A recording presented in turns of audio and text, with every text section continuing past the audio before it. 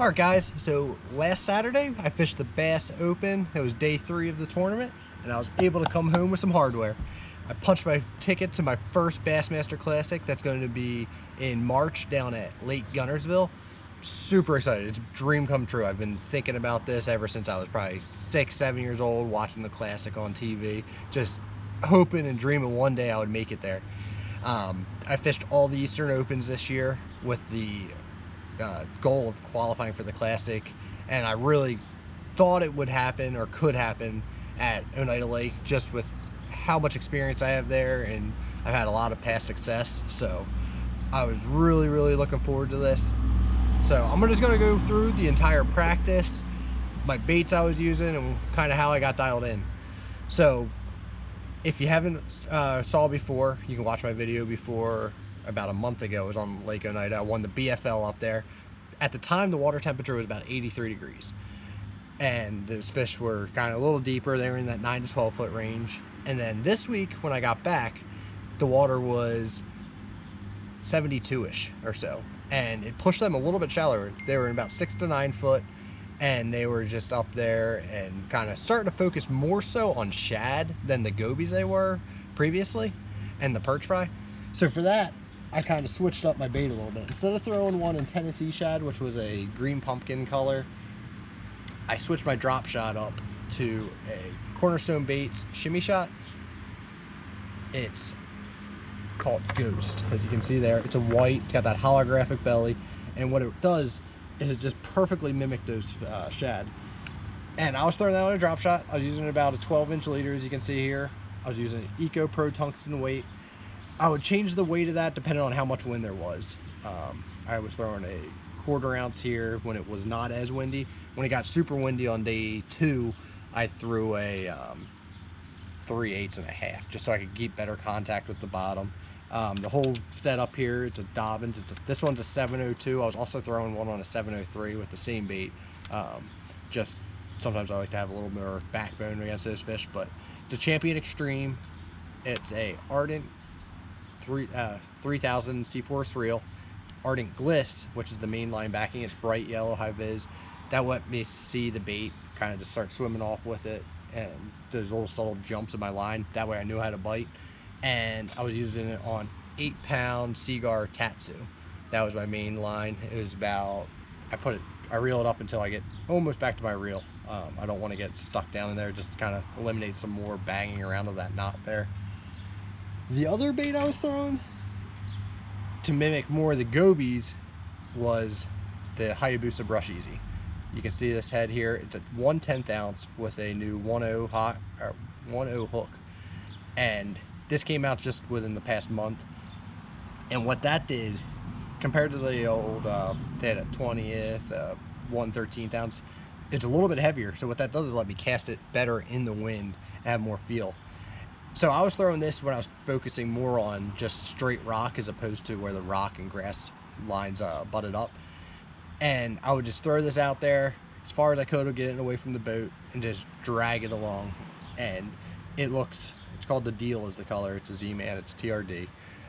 But what you can see here is it's got that white belly and a green pumpkin top. It's kind of translucent. It looks just like those gobies. It's got that pearly color to it. And those smallies, it looks like a little snack to them, and they don't even think about it. They just suck it right up.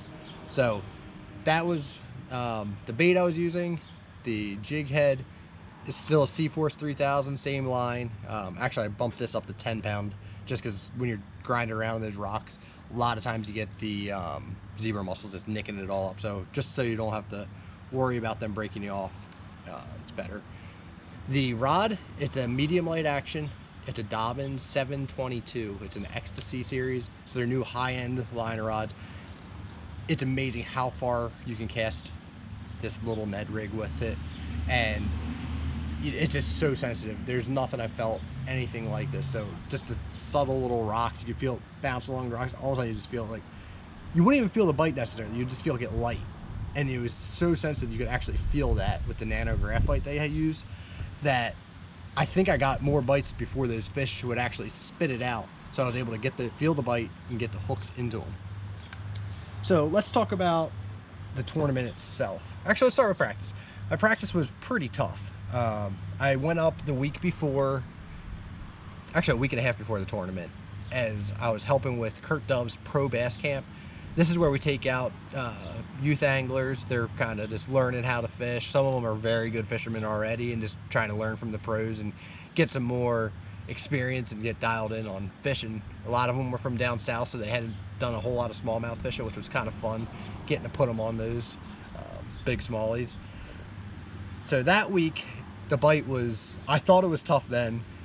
We were only getting maybe 5 to 10 bites a day between 2 or 3 guys in a boat. So it wasn't exactly what I was expecting, because the BFL 3 weeks before that, they were chewing pretty good.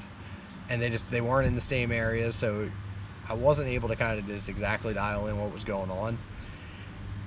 But the kids actually turned me onto something. They were throwing a chatterbait, which I've never thrown at Oneida besides like early spring. And with that, they were catching some big ones. Like, I think there was 4 or 5 over 4 pounds caught, which is a solid smallmouth up at Lake Oneida. And with that, I kind of just put that in my memory bank. I had to go home for a wedding on Saturday, came back up on Sunday. So I had Sunday, Monday, Tuesday, Wednesday of practice. I started throwing that chatterbait, could not get bit to save my life. I don't know what happened to that bite, kind of just died off. And we'll come back to it, because I explored it even in the tournament, but it was never happening. So then kind of practice just kept going. That's when I got dialed into the Ned rig and the Cornerstone baits shimmy shot. I was originally throwing that Tennessee shad, like I was catching them earlier in August, but it kind of changed up on me. And once I realized and saw those bait fish just kind of popping on the surface early in the morning, I realized they were starting to focus more on shad. So that's why I changed to that ghost color here, and it let me put a lot of fish in the boat with it. That hook's by the way, it's a Hayabusa. It's a DSR 132. It's their drop shot hook. It's a size 2. It's a great hook. You catch a lot of fish. It pins them right in the roof of the mouth every time. So you should check that out. So let's get into the tournament. Day 1, I had an area I wanted to go check out. I was pretty sure I was going to catch them there. I actually didn't even practice there. It's just one of those areas that I get a lot of bites in, so I just had a lot of confidence that if they were there, I was going to catch them in the first like half hour. And fortunately, I was right. I pulled in there, caught about 16.5 pounds in the first, I would say, 45 minutes, and I was feeling pretty good because I knew everybody was struggling. It had been a tough week of practice for everybody I talked to, and I ran over to go fish just some other rocky areas in that 6 to 9 foot, just where there's rock button up with the grass, so that I could throw that drop shot around in there. And I ran a whole bunch of it throughout the day, and I was picking at them here and there, but I never really found another group of them until I pulled up on this area, and I caught 3 that were 2 3/4 solid fish for the week, but they weren't helping me. And I was kind of debating saving them for the day 2, and I was like, I just gotta make another throw in there. I throw in there, about an hour left in the day, and I catch a 4 1/4. I cull out one, gets me up to 17-12. It was big cull, so it helped me out there. I was able to be leading after the first day, which I was so excited about. I wasn't sure how it was going to turn out with the weather being how it was. It was dead flat that day, and I figured the largemouth were really going to play, but they were caught, but there was no big 18, 19, 20 pound bags of them, luckily for me. So going into day 2, I'm leading. I roll into my first spot, and the wind is just howling out of the east, and it's pounding this area that I was fishing, and it moved the fish around. I probably fished for an hour and a half, had 1 bite, about 2 pounder. I went to flip them into the boat, I wasn't thinking, with my drop shot, and put them off the side of the boat and back into the water. So I'm going in to my second spot, kind of just like a little, not spun out, but it was like a little down on how it happened, because I thought I was going to catch them again. And this was where I caught that 4 1/4 and those like big 2s the day before. And I was throwing at the spot where they were sitting, and then something in my mind is like, with how the wind was hitting, I was like, I should throw out on the deep side of it, out more in that 9 foot range. I turn over there, make the cast, and I catch one, a solid one. And I make that cast again and again and again, and within half hour, 45 minutes, I had 17, I think 6, and I was feeling really good. I was leading after the day one by 4 ounces. It was way windy, so I figured the fishing was going to be a lot tougher. And I kind of went practicing, just looking, trying to find another one. I left those fish biting, thinking they were going to be there for day 3. And throughout the whole day, my co-angler, we got him a bunch of fish. I think he ended up weighing his 3-fish limit for 9/11. I was scooping them up for him, just doing everything I could to help him since he was so respectful of my area when I was catching those fish. And we just had a great day. I never was able to get that one real big bite, but I was able to catch enough to come into the weigh-in just feeling confident. Little did I know, Cameron caught 1915 of all smallmouth that day, and he jumped me by a pound. So I'm in second place going into day 3, and when I went into that day, I was kind of a little nervous. The wind had changed again. Instead of blowing out of the east, rolling those 3-footers, it changed to dead west. And I pulled into my first area, went through there, dump a 3.5 first thing in the morning. And I thought I blew the tournament right then. Like, I was a little, not, it messed with my head a little bit, but I kept fishing through there, and I put a couple just decent fish in the boat, a couple big 2s, a small 3, and I kind of just kept working away. And I was like, all right, I'm gonna go to that second spot where I caught that 17 pounds on day 2, go through there and really just crack them. Pull in there, fishing it. Well, with that wind direction change, they did not eat at all. So at that point, I kind of figured I was in a little bit of trouble. I started scrambling. I fished throughout the whole lake as much as I could. I got up to about 14, probably 14 and a half. And my goal for the day was to catch 17 something. I thought that's what I was going to need to be able to make the Classic. And that was my entire goal at that point. I wanted to go fish the Bassmaster Classic, bring home a nice trophy. And with an hour left in the day, I hook another one. And it's a giant. It's a 3.5, 4-pound smallie.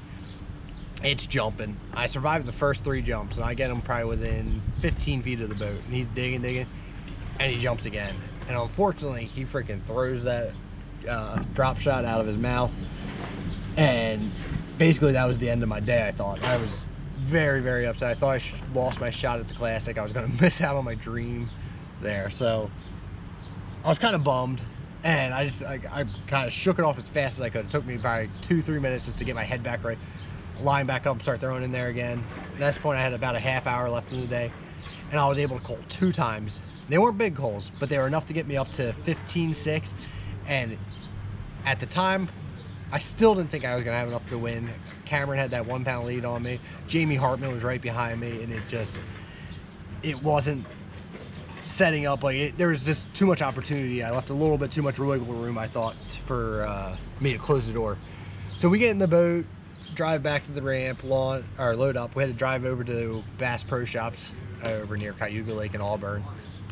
And while I was there, we started talking amongst each other. Cameron tells me he only has 3. And Jamie, he just tells me, he goes, yeah, I got 5. And that's all he told me. So I'm like, oh man, he's got, I was like, man, he's probably got me. Like, he knows Oneida better than basically anybody. And